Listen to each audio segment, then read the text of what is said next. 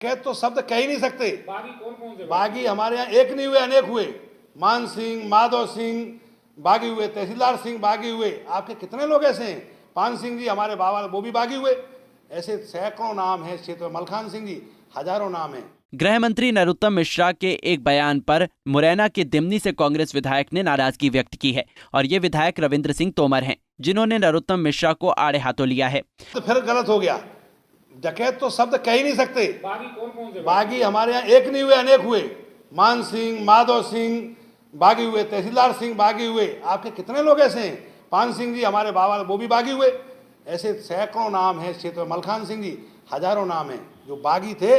और जयप्रकाश नारायण जी ने ये मुहिम चलाई थी बागियों के समर्पण के लिए। जौरा में 500 बागियों ने आत्मसमर्पण उनके नेतृत्व में किया था।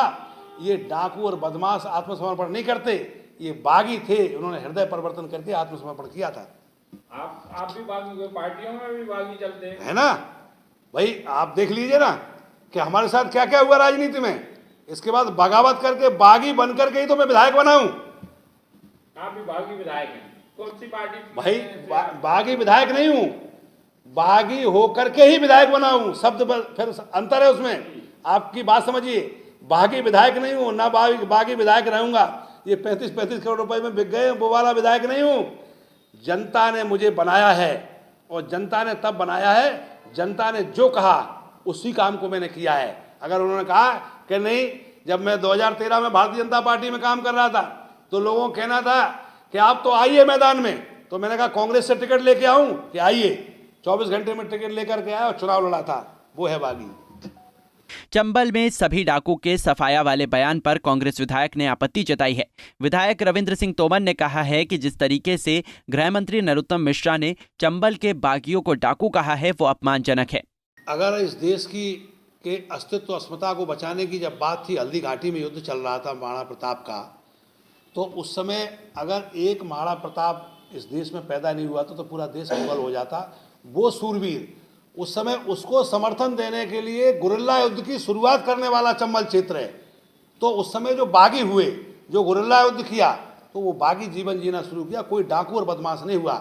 अन्याय के खिलाफ वो अन्याय नहीं हो रहा था। विदेशी आक्रांता आकर के हमारी सरजमी पे और जो आतंक कर रहे थे उनको हटाने के लिए महाराणा प्रताप ने घास की रोटियां खाना मंजूर समझा, लेकिन उनकी दास्ता स्वीकार नहीं की। उस शेर को मैं बार बार सलाम करता हूं भारत के लोगों की तरफ से कि जिसने हमारे अस्तित्व को बचाया और सनातन की रक्षा की। इसलिए मैं बार बार कह रहा हूं कि चंबल के लोगों ने हमेशा अन्याय के खिलाफ बगावत की है, इसलिए वो बागी हुए, डाकू और बदमाश नहीं हुए। किस तरीके से नरोत्तम मिश्रा गृह मंत्री ने दिया, आपने क्या जवाब दिया? नहीं, मैंने जवाब दिया ना। उन्होंने कहा कि हमने चंबल में डाकू और बदमाशों का सफाया कर दिया। तो मैंने कहा मानवर, चंबल में पहले तो इस शब्दकोश को बदलिए। और मैं मीडिया के मित्रों से भी निवेदन कर रहा हूं, पूरे क्षेत्र के लोगों से मैं निवेदन कर रहा हूं, पूरे हिंदुस्तान के निवासियों से कह रहा हूं कि आप किसकी सच्चाई में जाइए कि चंबल में डाकू और बदमाश कहना चंबल के निवासियों के साथ घोर अन्याय होगा। इसलिए इस शब्द को बदल करके डाकू बदमाश न कह के उनको बागी कह सकते हैं। बागी जीवन जीना स्वीकार किया अन्याय के खिलाफ, तो बागी हुए। कांग्रेस विधायक ने ग्वालियर में मीडिया के सामने कहा, चंबल में आज तक डाकू या बदमाश पैदा नहीं हुए हैं, बल्कि अन्याय के खिलाफ बगावत करने वाले बागी पैदा हुए हैं। लेकिन मैं ये कह रहा हूं कि रामप्रसाद बिस्मिल जी ने आज़ादी आंदोलन में अपने प्राण न्यौछावर करके इस चंबल घाटी का माथा भारत नहीं पूरी दुनिया में ऊंचा किया है। तो इस एक्सप्रेस वे का नाम बार बार बदला जा रहा है, तो क्या ना रामप्रसाद बिस्मिल जी के नाम पर रखा जाए। एक बात। दूसरी बात यह है कि बिजनेस कॉरिडोर के लिए मैं इसलिए कह रहा हूं कि ये काम अतिशीघ्र होना चाहिए, क्योंकि हमारे नौजवान भटक रहे हैं, बहुत बेरोजगारी के दंश से जूझ रहे हैं, और इसको सरकारें ध्यान न दे करके इन्वेस्टर मीट तो करते हैं। माननीय मुख्यमंत्री जी ने तमाम जगह, ग्वालियर में भी इन्वेस्टर मीट की, लेकिन एक बार चंबल में भी इन्वेस्टर मीट कर ले, और इन्वेस्टर मीट करने के साथ साथ वहाँ इन्वेस्टर बुला के यहाँ उद्योग धंधे लगा दिए जाएं, तो यहाँ एक बिजनेस का माहौल बनेगा, सुख समृद्धि बढ़ेगी। एक्सप्रेस वे को दो तीन बार उसका रूट बदल चुका है, जो जमीन अधिग्रहण था उसको किस वे में लेते हैं? इसको मैं इस वे में लेता हूँ, ये केवल समय को टालने वाली बात है। अगर अभी तक उसका खाका तैयार नहीं हो पाया तो इसको हम क्या मानेंगे। और फिर किसी चीज़ का एक टाइम निर्धारित होना चाहिए कि इतने समय में ये काम हो जाएगा।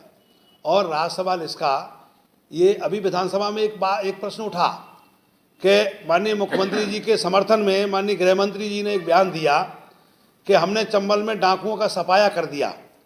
तो मैंने उस बात पे आपत्ति व्यक्त की।